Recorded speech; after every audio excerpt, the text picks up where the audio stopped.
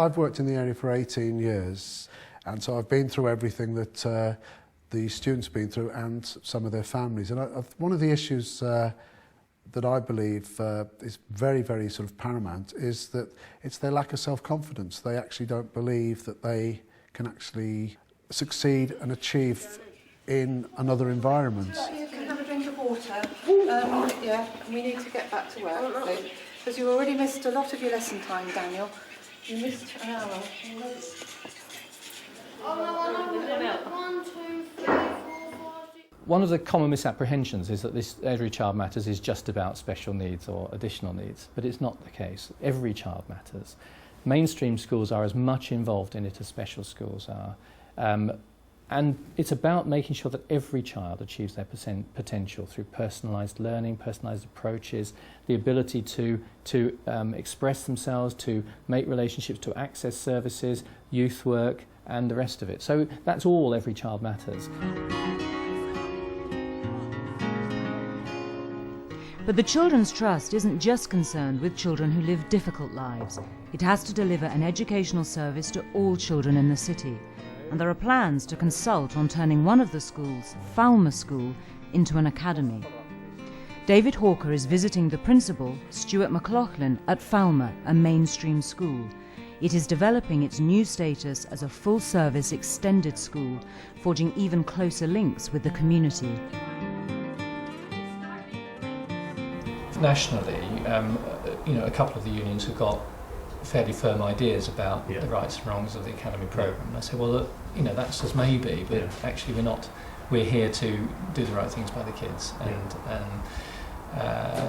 we've all got our own views, but our job is to make sure that we've got the best quality of education. I think we're going to have quite a few parents coming to our consultation evening, because I've had a few reply slips, and the parents in our Parents Association who I met last night were very keen on the proposal, actually. Really? At the moment, really? yes. Right, obviously they need to know the detail. But Hello, Jill. How are you? Tell me a little bit about the job that you do with the youngsters. Really, it's just sort of to make sure that they reach their full potential. So, right. Perhaps they're underachieving for attendance issues, Yeah. or they're not quite meeting the demands of the coursework, Right.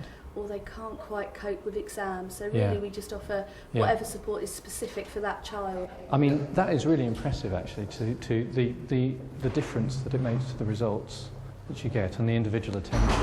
Absolutely, I think it's the individual attention. Like all other educational establishments, schools like Falmer have to adhere to the information sharing principles of the Common Assessment Framework, or CAF.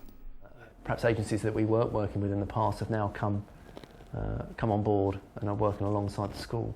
And certainly the work we're doing as a full service extended school wouldn't have happened if it hadn't been for Every Child Matters. Sharing of information through the Common Assessment Framework may be at the heart of Every Child Matters.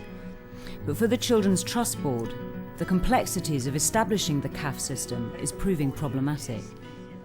I'm looking at page 59 of the report, where we talk about the Common Assessment Framework support worker is a temporary post during the process when everything goes electronic. But then what happens? Does a support worker just float away, and kind of what happens then? The CAF support worker role is partly simply to fulfil a function that we can't fulfil at the moment without an electronic solution, and that is the practitioner being able to find out whether a CAF's been done, and that's absolutely crucial to the effectiveness of it, because otherwise you get a number of reports on the same child. So it's about there needing to be a person for them to get into contact with. That whole role could be taken on by an electronic system so that you can find out who else is involved and whether a CAF's been done, and then going through the practitioner processes. One of the big issues around Every Child Matters is how we share information with other professionals. There's a kind of bottom line that if a child is at risk, then you've jolly well got to share the information about that child and their needs. But inevitably there is a whole range of issues about consent, about sensitivity, about confidentiality, which need very careful working through between the agencies and in consultation with the young people and their parents themselves. So information sharing is a very complex issue. There are some very clear principles involved, and we've got to translate those principles into clear protocols and practice. Your name on that paper. Kate Wood is a Senko at Falmer School. Like when I have a joke in it and then I'll get into trouble. Right. Did you know why I sent you out to do that by yourself? Yeah, because you would go into blow, weren't you? We could see that coming. And I thought there were other people in there that would also be affected by that, which is why I asked you to go into the other room to do it. And you did great. You showed us what you can do in maths by doing that. That's the same with your GCSEs, and I know from your SATs and from practice tests before that when you've been in the big hall, you don't achieve what you can. But if we give you the test in a small room, you can show us what you can do, and that's really good. So I think what we'll need to do is look at that a little bit for you, and maybe... She works closely with pupils, coordinating the specialist help that they need. I think, in all honesty, that at this school we've always used the holistic approach that Every Child Matters is based on. And so for us, it's probably formalised that philosophy.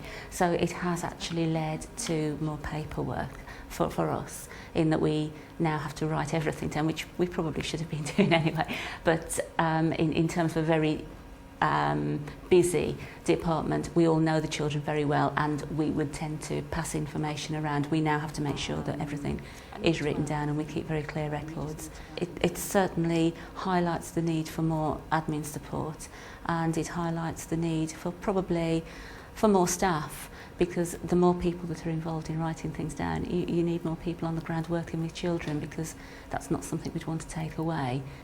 I mean, I think there's an awful lot in Every Child Matters which people will say, I've always been doing this.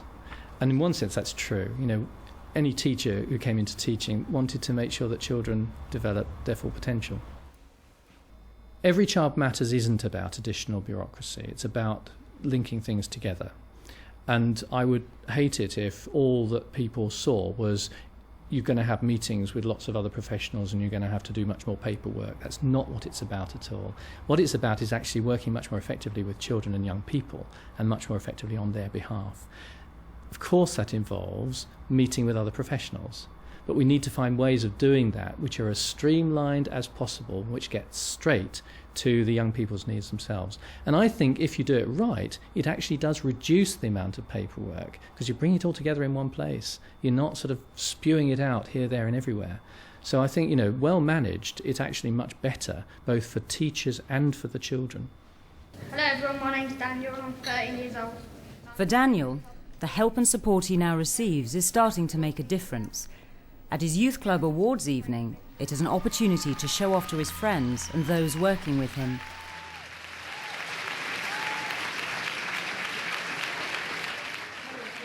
And I watched him stand up on stage and present to a full audience of the great and the good of Brighton.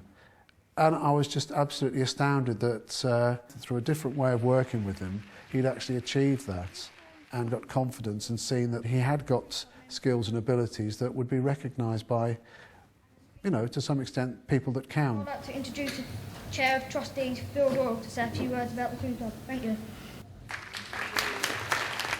He was proud. He was very proud of what he did, and there was a lot of people looking, and I looked around, there's a lot of people from outside, and I was one in particular who was very proud of what he was doing up on stage. The Youth Forum started in June this year, and over 100 Crew Club members voted for the 11 young people now elected as part of the forum.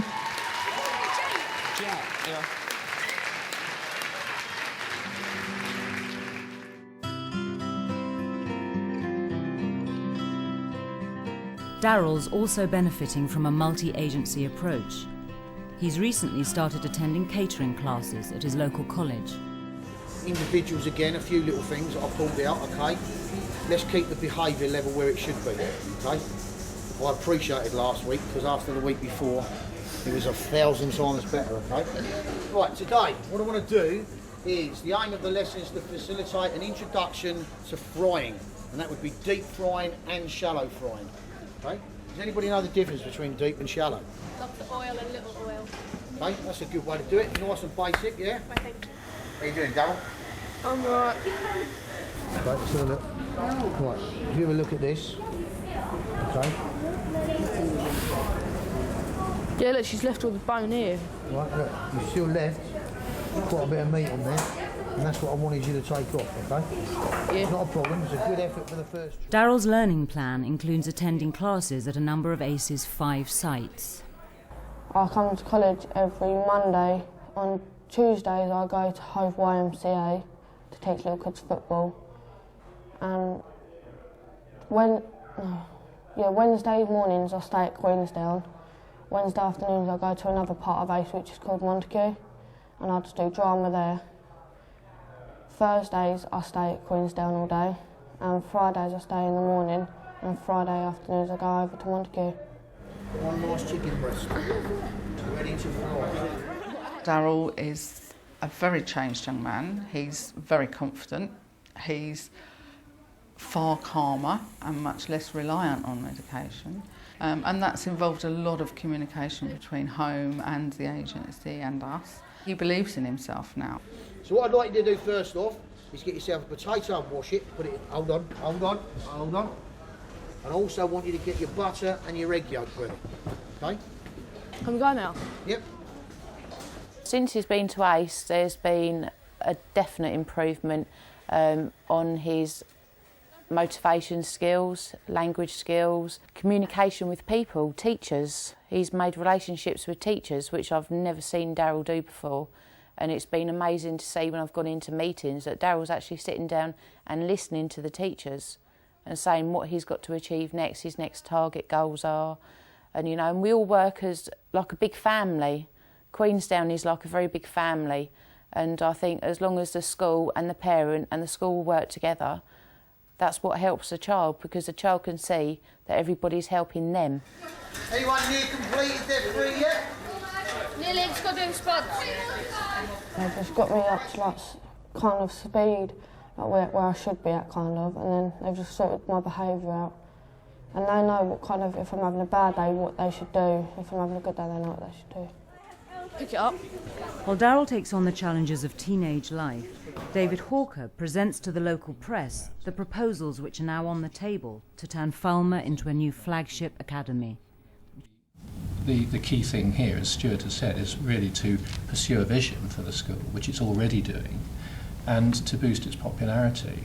And this is really what, one of the things that so far experience elsewhere has shown does boost a school's popularity. I mean, all of the academies that have opened so far have been oversubscribed and so on. So I think, it does actually make a big difference.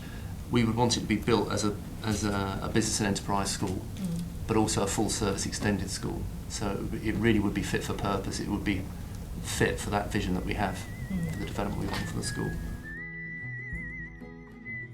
I mean, for me personally, it's about making sure that we're doing the right thing by the next generation. Children are our future, and if we get this right, then we're giving them what they deserve. And that, for me, is the bottom line. His behaviour's improved 100%. His skills is absolutely brilliant. He knows that this is his last chance and he's wanting to better himself. And I've just seen such a change in him of wanting something for himself, and that's been great to see.